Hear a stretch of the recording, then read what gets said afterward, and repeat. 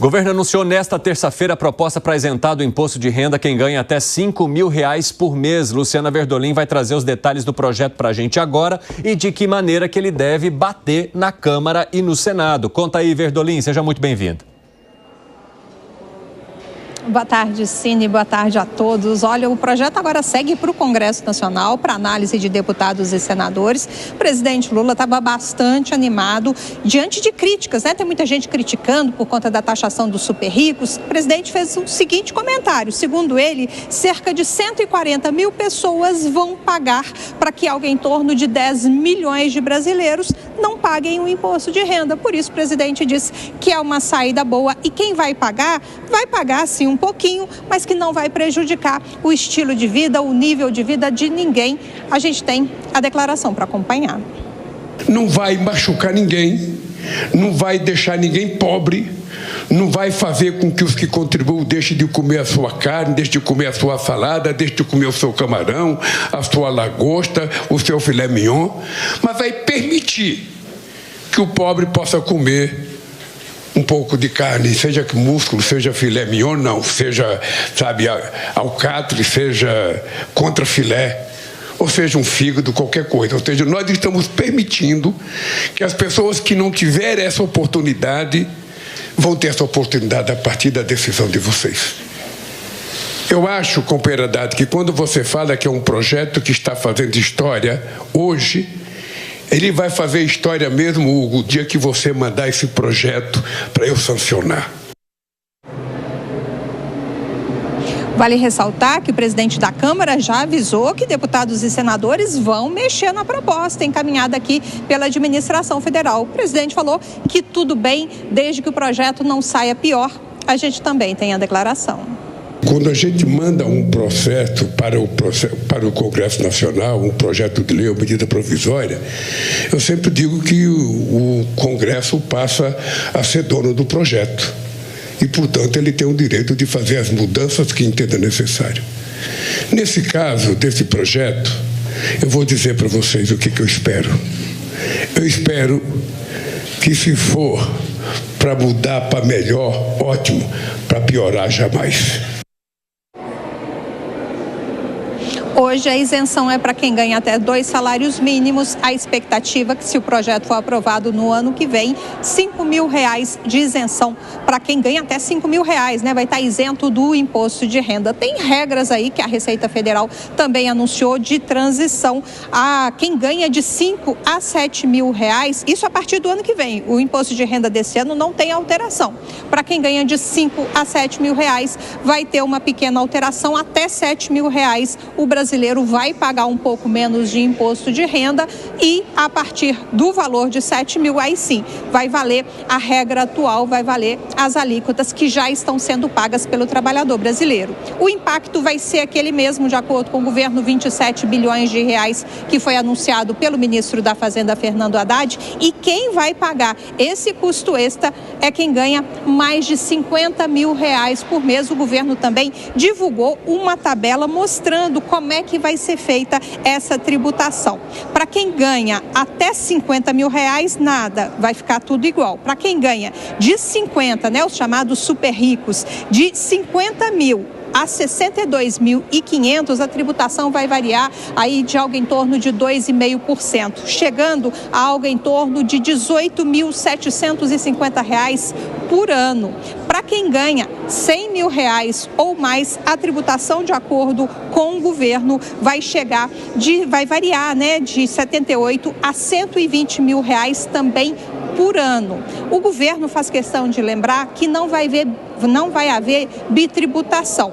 Quem já paga, por exemplo, imposto, né, com relação a aluguéis, salários não vão ser tributados além da conta nessa avaliação aí dos super ricos. Ganhos de capital, poupança, herança, doação, aposentadoria e pensão por doença, além de indenizações e rendimentos recebidos de forma cumulativa, não entram na nova forma de tributação. Isso a Receita Federal que explicou.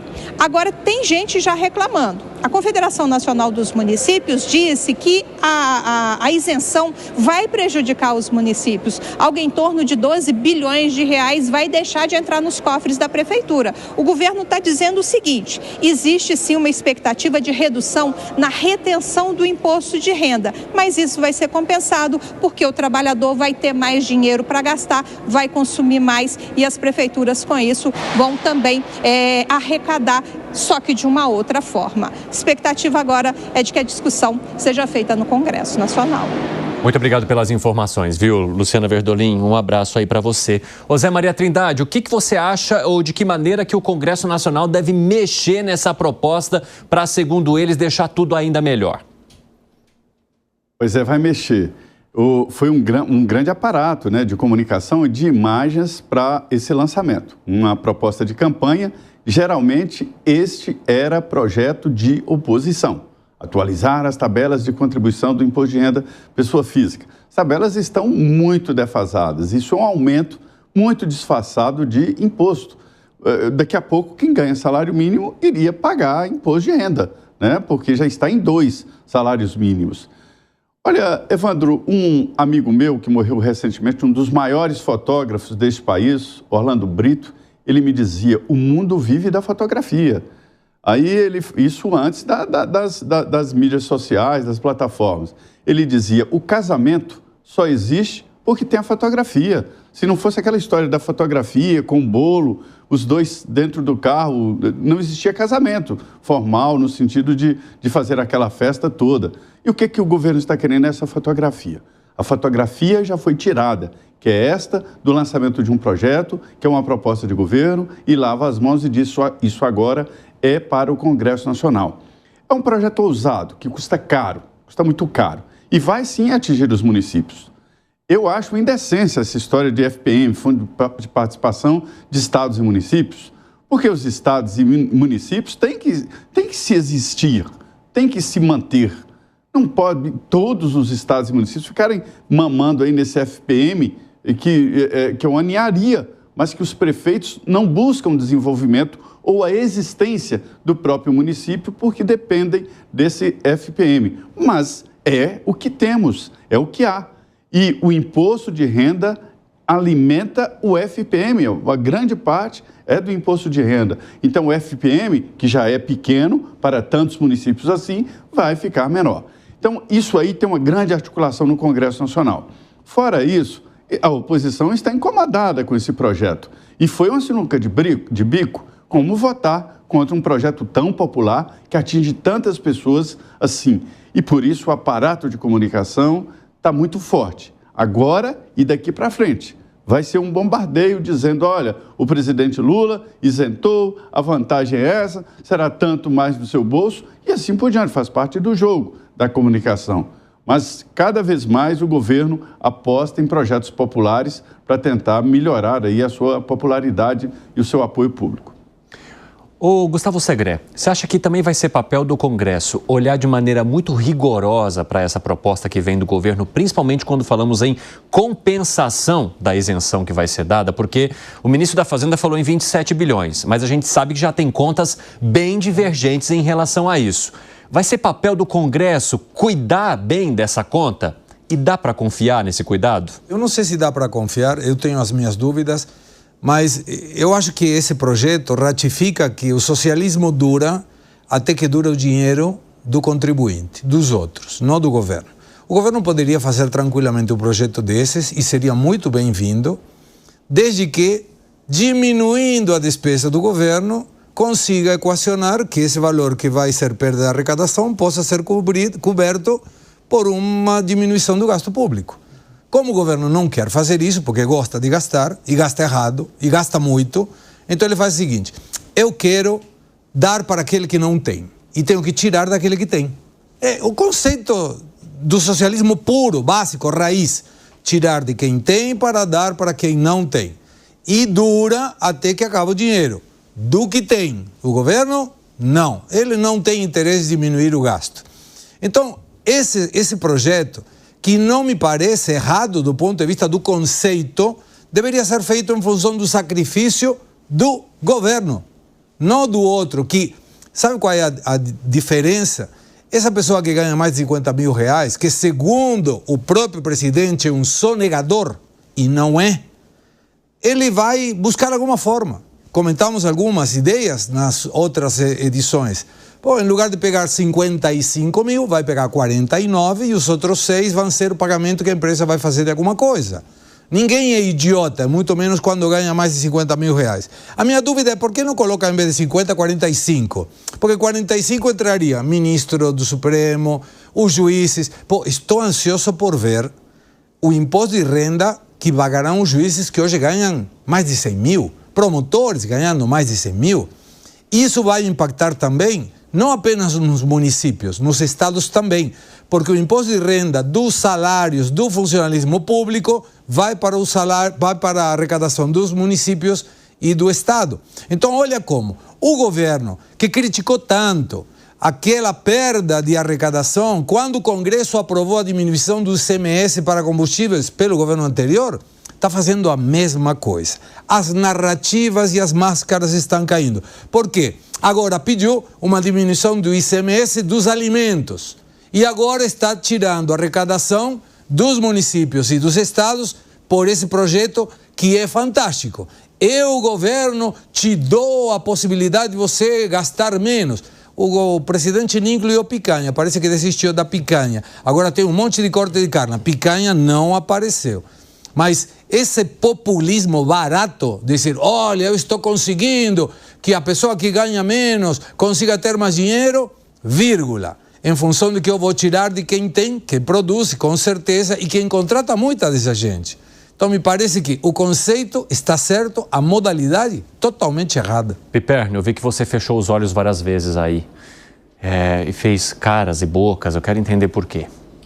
São muitas coisas. Bom, primeiro, o presidente, nós discutimos isso aqui na sexta-feira, ele não disse que quem ganha mais de 50 mil sonega. Ele falou, às vezes sonega. Então, o governo fez, enfim, o presidente fez, né, essa observação. Às vezes. Você teve que traduzir, né, então, na última... Não. Então, eu chamei de volta porque pulou-se a parte em que ele falou, às vezes. Então, vamos ser fiéis ao que foi dito. Às vezes. Ele não falou que sonega indiscriminadamente. Ele falou, às vezes sonega. Porque, veja, o Brasil que é um país de uma direita muito atrasada e por conta disso ficou atrasado muito tempo. Vamos lembrar que o Brasil foi governado pela esquerda há pouco tempo. Mas o Brasil, que tem uma direita muito retrógrada, o Brasil foi o último país, por exemplo, a se livrar da maldição da escravidão. O Brasil, se dependesse daquela... Né, e a culpa é da direita disso? Naquele tempo era elite agrária, né, que eu acho que não é exatamente marxista. Mas, de qualquer forma, enfim, o tempo passou, claro que as novas gerações se modernizaram, né, o escravagista, o descendente do escravagista daquela época não necessariamente manteve as posições de seus pais e tal, mas o fato é que o Brasil continua sendo retrógrado. Então, no momento em que se extorquia via cobrança de imposto de renda dos mais pobres, essas vozes não se levantavam, porque eu sempre chamei aqui a atenção para o fato de que era uma extorsão social, sim. O Brasil, até outro dia, cobrava imposto de renda do cidadão que recebia R$ 1.900 por mês. Quer dizer, então, o Brasil congelou a tabela do imposto de renda, e o Zé Maria foi muito feliz em lembrar disso, por muitos anos. Quer dizer, então, quando o governo agora estabelece essa nova faixa de isenção, na verdade ele não está fazendo favor nenhum. Ele está simplesmente reajustando o Brasil, ele está repondo o que a inflação levou dessa faixa de isenção. E tem uma outra coisa, porque como os economistas erram muitos cálculos, então aí as previsões, 95% das previsões, segundo, né, foi, enfim, um levantamento feito recentemente, são erradas, eles não conseguem computar, e nem o governo consegue contabilizar agora, quanto é que vai voltar via impostos dessa nova faixa de isenção, porque muita gente, tem gente que vai pagar a dívida, tem gente que vai guardar, mas tem muita gente que vai gastar. Então, uma grande parte disso vai voltar via impostos, via atividade econômica. Respira, Gani. Respira aí um pouco. Ele estava assim ali. Calma aí que eu vou chamar o André Anelli, porque o presidente da Câmara já sinalizou que vai dar prioridade para esse projeto. Anelli, conta aí pra gente. Seja muito bem-vindo, meu amigo. Boa tarde. É isso mesmo, Evandro. Obrigado. Muito boa tarde a você também e a todos aqui no 3 em 1 da Jovem Pan. Houve recepção positiva aqui no Congresso Nacional, pelo menos da parte do presidente da Câmara dos Deputados, Hugo Mota, e também da parte do presidente aqui do Senado, Davi Alcolumbre. Hugo Mota acabou manifestando diretamente ao presidente da República lá no Palácio do Planalto que vai dar toda a prioridade a esse projeto que foi apresentado pelo governo federal, encaminhado aqui ao Congresso e que agora, então, pretende isentar de uma vez por todas do imposto de renda todos aqueles que ganham até R$5 mil mensais, e assim cumprindo também a maior promessa de campanha do presidente Lula realizada lá em 2022. Diante desse cenário, então, o presidente da Câmara dos Deputados, Hugo Mota, garantiu celeridade e também atenção na tramitação do projeto. E o Congresso, com certeza, na sua diversidade, ministro Haddad, fará alterações nessa matéria, não tenho dúvidas, pela importância que ela tem. Alterações que, com certeza, visarão melhorar a proposta. Tanto na Câmara como no Senado, nós procuraremos dar a prioridade que a matéria necessita para que, ao longo aí dos próximos meses, tenhamos a condição de elaborar a melhor proposta possível para o país. E nessa relação de lealdade, nós temos, ministro Haddad, que aqui também rememorar que o Congresso não faltou à agenda do Ministério da Fazenda em nenhum momento nos últimos 2 anos, 2 anos e 2 meses, 2 anos e 3 meses. E acredito que continuaremos dessa forma.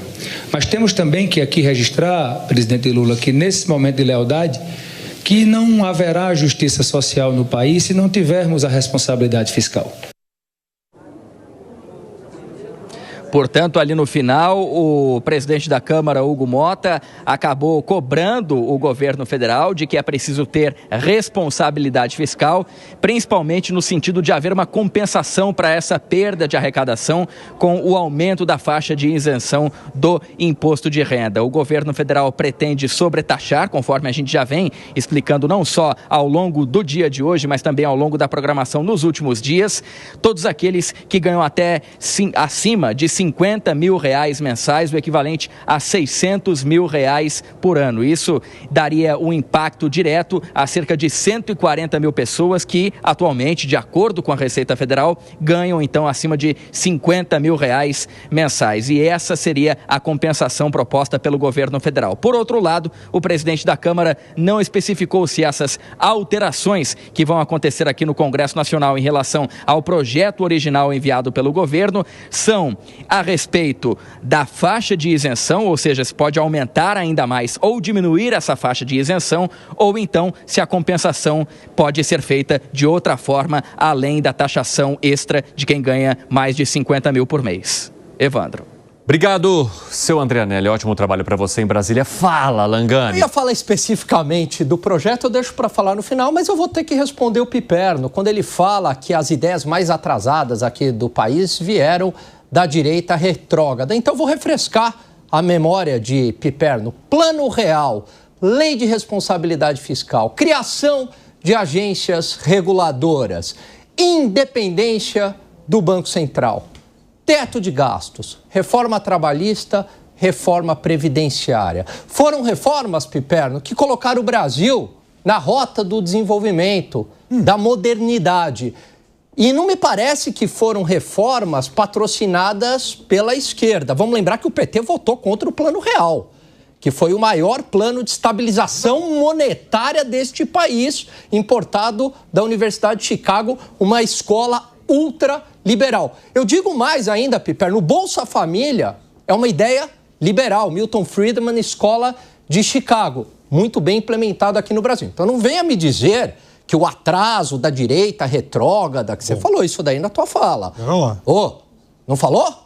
Eu falei... Volta o tape aí. Eu falei, e você está citando como o fato mais antigo desse monte aí que você falou, algo que aconteceu em 1994, né? Isso. Real. Mas eu pode... Reforma trabalhista, reforma da Previdência é recente. Não. Sim, eu estou dizendo para você o seguinte, retorno assim, porque de lá para trás, né? Todos os governos, a não ser 2 anos de Jango, todo mundo que governou o Brasil era, né, de viés conservador. O Brasil era um país atrasado.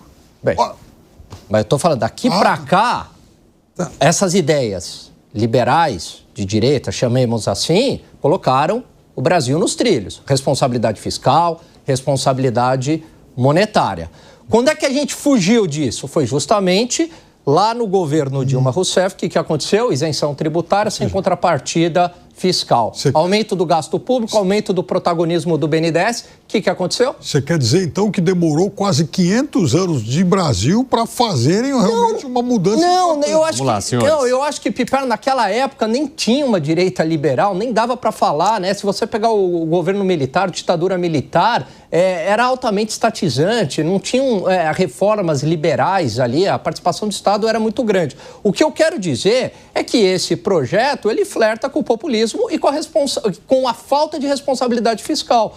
Por quê? Porque você vai dar essa isenção sem garantir a contrapartida, a compensação. A gente viu isso durante o governo de uma série de isenções pontuais, protagonismo do BNDES, aumento do gasto público, gerou o quê? Trouxe inflação 17% em 2 anos, queda de PIB de 3,5% a cada ano, acumulado mais de 7%. A maior crise econômica que houve na história. Não estou falando que vai ter essa crise agora, mas o que eu estou querendo dizer é que é a mesma medicação. Qual é a contrapartida que eu vou ter para garantir a medida arrecadatória? Este que é o ponto. E, coincidência ou não, o projeto entra em 2026, evidentemente que tem um cunho eleitoral. 4h25, pessoal da rádio, rápido intervalo para vocês. Segré, muito rapidamente. Seguir.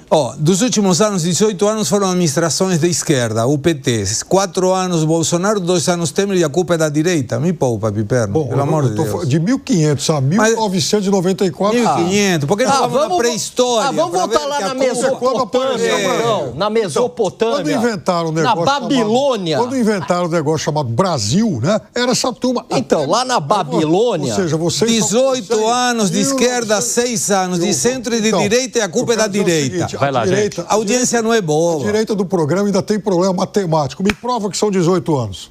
Vamos lá. 4, primeiro governo do Lula. 4, dá 8. Mais 4, 12. Dá 12. Mais 2, 16. 14. Mas os últimos 2, 16. Desculpa, não foram 18, foram 16. Dos últimos 16 versus 6 anos. Fiz a conta. Não, fiz a conta. Tudo bem. Não, foram mais. Agora foram 2 anos do governo. Então a culpa é da direita. 13,5. Dos últimos monte de... Bom, vamos trazer a calculadora científica aqui para você.